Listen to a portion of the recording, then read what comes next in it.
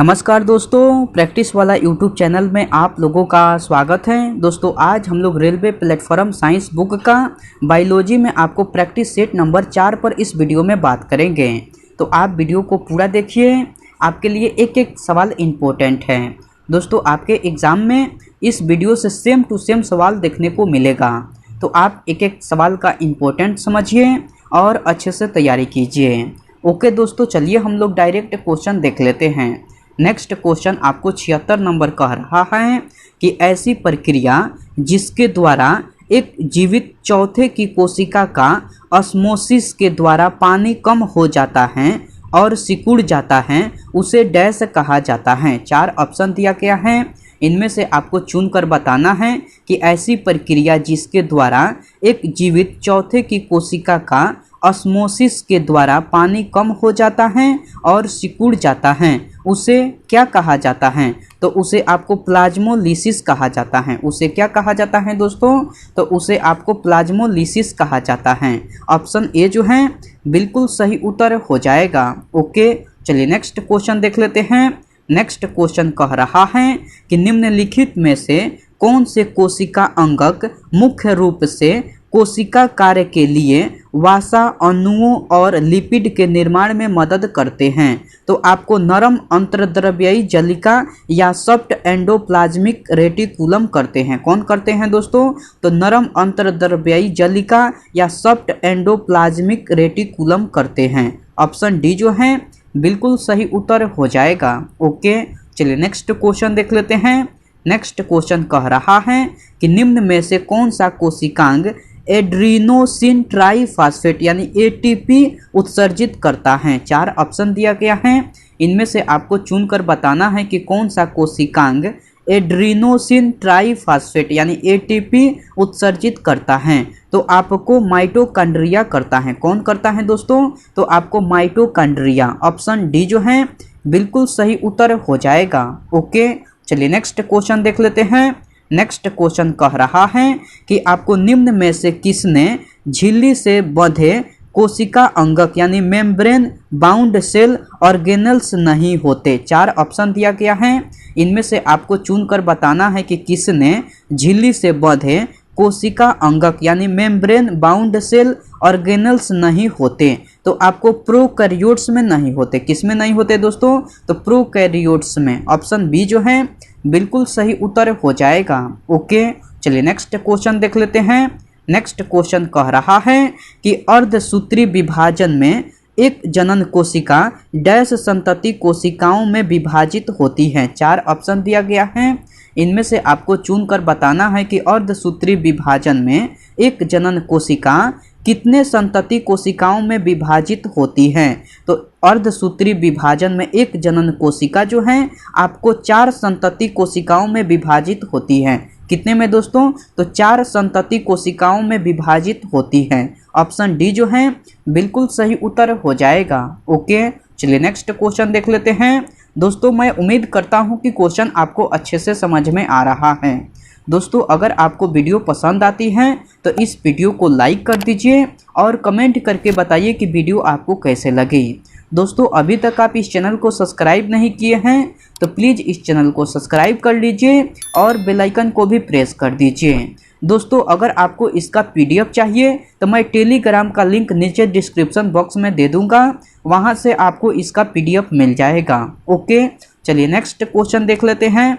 Next question कह रहा है कि वृद्धि के लिए अधिकांश कोशिकाएं विभक्त होती हैं। कोशिकाओं के विभाजन की यह प्रक्रिया डैश कहलाती है। तो कोशिकाओं के विभाजन की यह प्रक्रिया जो है आपको सूत्री विभाजन कहलाती है। क्या कहलाती है दोस्तों? तो सूत्री विभाजन कहलाती है। ऑप्शन ए जो है बिल्कुल सही उत्तर हो जाएगा। ओके, चलिए नेक्स्ट क्वेश्चन देख लेते हैं। नेक्स्ट क्वेश्चन कह रहा है कि सूक्ष्म जैविकी के जनक कौन है। 4 ऑप्शन दिया गया है, इनमें से आपको चुनकर बताना है कि सूक्ष्म जैविकी के जनक कौन हैं। तो आपको एंटोनी वार्न ल्यूवेनहॉक हैं। कौन है दोस्तों? तो एंटोनी वार्न ल्यूवेनहॉक हैं। ऑप्शन बी जो है बिल्कुल सही उत्तर हो जाएगा। ओके, चलिए नेक्स्ट क्वेश्चन देख लेते हैं। नेक्स्ट क्वेश्चन कह रहा है कि डैश एपिडर्मी कोशिकाओं में पाई जाने वाली वे एक कोशिकीय लंबी आकृतियां हैं जो मिट्टी से जल एवं खनिजों का अवशोषण करती हैं। तो वह है मूल रोम। वह क्या है दोस्तों? तो वह मूल रोम है। ऑप्शन ए जो है बिल्कुल सही उत्तर हो जाएगा। ओके, चलिए नेक्स्ट क्वेश्चन देख लेते हैं। नेक्स्ट क्वेश्चन कह रहा है कि निम्नलिखित में से कौन मस्कुलरोस्केलेटल सतह से जुड़ा है? 4 ऑप्शन दिया गया है, इनमें से आपको चुनकर बताना है कि कौन मस्कुलरोस्केलेटल सतह से जुड़ा है। तो आपको राइबोसोम जुड़ा है। कौन जुड़ा है दोस्तों? तो राइबोसोम। ऑप्शन डी जो है बिल्कुल सही उत्तर हो जाएगा। ओके, चलिए नेक्स्ट क्वेश्चन देख लेते हैं। नेक्स्ट क्वेश्चन कह रहा है कि डीएनए में विशेष स्थानों पर कट किसके द्वारा निर्मित होते हैं? 4 ऑप्शन दिया गया है, इनमें से आपको चुनकर बताना है कि डीएनए में विशेष स्थानों पर कट किसके द्वारा निर्मित होते हैं। तो आपको एंडोन्यूक्लियस के द्वारा निर्मित होते हैं। किसके द्वारा निर्मित होते हैं? तो एंडोन्यूक्लियस के द्वारा। ऑप्शन ए जो है बिल्कुल सही उत्तर हो जाएगा। ओके, चलिए नेक्स्ट क्वेश्चन देख लेते हैं। नेक्स्ट क्वेश्चन कह रहा है कि निम्नलिखित में से कौन सा कोशिकांग केवल पशु कोशिका में पाया जाता है? 4 ऑप्शन दिया गया है, इनमें से आपको चुनकर बताना है कि कौन सा कोशिकांग केवल पशु कोशिका में पाया जाता है। तो आपको सेंट्रोसोम कोशिकांग केवल पशु कोशिका में पाया जाता है। कौन दोस्तों? तो सेंट्रोसोम कोशिकांग। ऑप्शन सी जो है बिल्कुल सही उत्तर हो जाएगा। ओके, चलिए नेक्स्ट क्वेश्चन देख लेते हैं। नेक्स्ट क्वेश्चन कह रहा है कि विदलन विभाजन के संबंध में निम्न में से कौन सा कथन सत्य है? 4 कथन दिया गया है, इनमें से आपको चुनकर बताना है कि विदलन विभाजन के संबंध में निम्न में से कौन सा कथन सत्य है। तो कथन बी कह रहा है कि कोशिका का आकार घटता है। यही कथन जो है आपका सत्य है। तो ऑप्शन बी जो है बिल्कुल सही उत्तर हो जाएगा। ओके, चलिए नेक्स्ट क्वेश्चन देख लेते हैं। नेक्स्ट क्वेश्चन कह रहा है कि माइटोकॉन्ड्रिया में डैश किसका उपयोग करके पाइरूवेट को तोड़ा जाता है? तो माइटोकॉन्ड्रिया में आपको ऑक्सीजन का उपयोग करके पाइरूवेट को तोड़ा जाता है। ऑप्शन ए जो है बिल्कुल सही उत्तर हो जाएगा। ओके, चलिए नेक्स्ट क्वेश्चन देख लेते हैं। नेक्स्ट क्वेश्चन कह रहा है कि एक बैक्टीरिया अत्यधिक गर्मी, शुष्कता और विषैली रासायनिक वस्तुओं को सहने की क्षमता रखता है। इससे यह पता चलता है कि वह संभवतः डैश बना सकता है। इससे यह पता चलता है कि वह संभवतः आपको एंडोस्पोर्स बना सकता है। क्या बना सकता है दोस्तों? तो एंडोस्पोर्स बना सकता है। ऑप्शन ए जो है बिल्कुल सही उत्तर हो जाएगा। ओके, चलिए नेक्स्ट क्वेश्चन देख लेते हैं। नेक्स्ट क्वेश्चन कह रहा है कि आपको निम्नलिखित में से कौन सा कथन सही है? 4 कथन दिया गया है, इनमें से आपको चुनकर बताना है कि कौन सा कथन सही है। तो कथन सी कह रहा है कि डबल रोटी और बियर को बनाने में प्रयुक्त ईस्ट एक फंगस होता है। यही कथन जो है आपका सही है। तो ऑप्शन सी जो है बिल्कुल सही उत्तर हो जाएगा। ओके, चलिए नेक्स्ट क्वेश्चन देख लेते हैं। नेक्स्ट क्वेश्चन कह रहा है कि डैश ऊतक की कोशिकाएं बहुत सक्रिय होती हैं। इनमें घने कोशिका द्रव्य यानी साइटोप्लाज्म, पतली कोशिका रस भित्तियां, मुख्य नाभिक और कम रिक्तिकाएं होती हैं। तो आपको विभाज्योतक यानी मेरिस्टेमेटिक में होते हैं। किस में होते हैं दोस्तों? तो विभाज्योतक यानी मेरिस्टेमेटिक ऊतक में। ऑप्शन ए जो है बिल्कुल सही उत्तर हो जाएगा। ओके, चलिए नेक्स्ट क्वेश्चन देख लेते हैं। नेक्स्ट क्वेश्चन कह रहा है कि आपको जीवाणुओं में श्वसन स्थल हैं। 4 ऑप्शन दिया गया है, इनमें से आपको चुनकर बताना है कि जीवाणुओं में श्वसन स्थल कहाँ हैं। तो आपको मीसोसोम में है। कहाँ है दोस्तों? तो मीसोसोम में। ऑप्शन सी जो है बिल्कुल सही उत्तर हो जाएगा। ओके, चलिए नेक्स्ट क्वेश्चन देख लेते हैं। नेक्स्ट क्वेश्चन कह रहा है कि कोशिका प्रक्रियात्मक क्रियाओं का नियंत्रण कौन करता है? 4 ऑप्शन दिया गया है, इनमें से आपको चुनकर बताना है कि कोशिका प्रक्रियात्मक क्रियाओं का नियंत्रण कौन करता है। तो केंद्रिका करता है। कौन करता है दोस्तों? तो केंद्रिका करता है। ऑप्शन बी जो है बिल्कुल सही उत्तर हो जाएगा। ओके, चलिए नेक्स्ट क्वेश्चन देख लेते हैं। नेक्स्ट क्वेश्चन कह रहा है कि जब कोशिकाएं समानांतर में व्यवस्थित की जाती हैं तो डैश होता है। जब कोशिकाएं समानांतर में व्यवस्थित की जाती हैं तो आपको धारा क्षमता बढ़ती है। तो क्या होती है?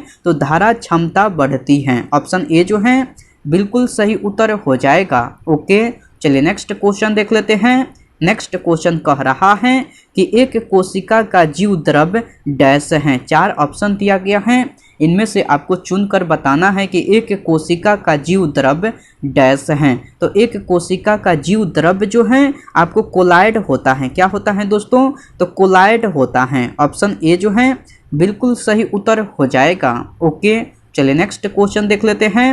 नेक्स्ट क्वेश्चन कह रहा है कि नीचे दी गई विधियों के द्वारा पदार्थ कोशिकाओं में प्रवेश करते हैं, किस विधि के लिए ऊर्जा की आवश्यकता है? तो आपको सक्रिय स्थानांतरण विधि के लिए ऊर्जा की आवश्यकता है। किस विधि के लिए है दोस्तों? तो सक्रिय स्थानांतरण विधि के लिए ऊर्जा की आवश्यकता है। ऑप्शन डी जो है बिल्कुल सही उत्तर हो जाएगा। ओके, चलिए नेक्स्ट क्वेश्चन देख लेते हैं।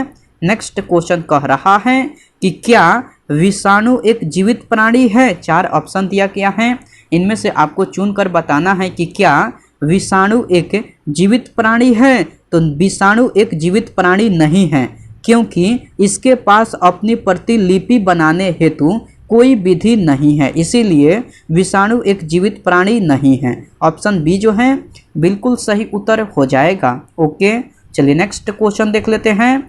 नेक्स्ट क्वेश्चन कह रहा है कि इनमें से किसमें डीएनए उपस्थित है? 4 ऑप्शन दिया गया है, इनमें से आपको चुनकर बताना है कि किसमें डीएनए उपस्थित हैं। तो जीन में है। किसमें है दोस्तों? तो जीन में। ऑप्शन ए जो है बिल्कुल सही उत्तर हो जाएगा। ओके, चलिए नेक्स्ट क्वेश्चन देख लेते हैं। नेक्स्ट क्वेश्चन कह रहा है कि इनमें से कौन सा सारी शारीरिक क्रियाएं एक ही कोशिका में कर देता है? तो आपको बैक्टीरिया और प्रोटोजोआ कर देता है। कौन कर देता है? तो बैक्टीरिया और प्रोटोजोआ। ऑप्शन बी जो है बिल्कुल सही उत्तर हो जाएगा। ओके, चलिए नेक्स्ट क्वेश्चन देख लेते हैं। नेक्स्ट क्वेश्चन कह रहा है कि विषाणुओं के विषय में कौन सा कथन सत्य नहीं है? 4 कथन दिया गया है, इनमें से आपको चुनकर बताना है कि विषाणुओं के विषय में कौन सा कथन सत्य नहीं है। तो कथन डी कह रहा है कि विषाणु जीवित प्राणी है। यही कथन जो है आपका सत्य नहीं है। तो ऑप्शन डी जो है बिल्कुल सही उत्तर हो जाएगा। ओके, चलिए नेक्स्ट क्वेश्चन देख लेते हैं। नेक्स्ट क्वेश्चन कह रहा है कि मनुष्य शरीर की प्रत्येक कोशिका में केंद्रक होता है केवल निम्न को छोड़कर। तो केवल आपको लाल रक्त कणिकाएं को छोड़कर। किसको छोड़कर दोस्तों? तो केवल लाल रक्त कणिकाएं को छोड़कर। ऑप्शन सी जो है बिल्कुल सही उत्तर हो जाएगा। ओके, चलिए नेक्स्ट क्वेश्चन देख लेते हैं। नेक्स्ट क्वेश्चन कह रहा है कि सारे बैक्टीरिया किस जीव जगत से संबंधित हैं? 4 ऑप्शन दिया गया है, इनमें से आपको चुनकर बताना है कि सारे बैक्टीरिया किस जीव जगत से संबंधित हैं। तो सारे बैक्टीरिया आपको मोनेरा जीव जगत से संबंधित है। किससे संबंधित है दोस्तों? तो मोनेरा जीव जगत से। ऑप्शन ए जो है बिल्कुल सही उत्तर हो जाएगा। ओके, चलिए नेक्स्ट क्वेश्चन देख लेते हैं। नेक्स्ट क्वेश्चन कह रहा है कि एक पौधे एवं एक जीवधारी की कोशिका सूक्ष्मदर्शी के नीचे केंद्रित थी। दोनों में भेद करने में किस विशेषता ने छात्रों की सहायता की? तो आपको पौधे की कोशिका भित्ति थी, परंतु जीवधारी कोशिका की नहीं थी। यही विशेषता जो है आपको छात्रों की सहायता की। ऑप्शन बी जो है बिल्कुल सही उत्तर हो जाएगा। ओके, चलिए नेक्स्ट क्वेश्चन देख लेते हैं। नेक्स्ट क्वेश्चन कह रहा है कि एक युग्मक क्या है? 4 ऑप्शन दिया गया है, इनमें से आपको चुनकर बताना है कि एक युग्मक क्या है। तो आपको कई लक्षण के साथ जननीय कोशिका है। एक युग्मक जो है आपको कई लक्षण के साथ जननीय कोशिका है। ऑप्शन बी जो है बिल्कुल सही उत्तर हो जाएगा। ओके, आज का प्रैक्टिस सेट में इतना ही सवाल था। मैं उम्मीद करता हूं कि सारे सवाल आपको याद हो गया होगा। दोस्तों, अगर आपको सारे सवाल याद नहीं हुआ है तो आप इस वीडियो को फिर से देखिए, आपके लिए एक एक सवाल इम्पोर्टेंट है। ओके, मैं आपसे नेक्स्ट वीडियो में मिलता हूँ। तब तक के लिए टेक केयर दोस्तों एंड बाय।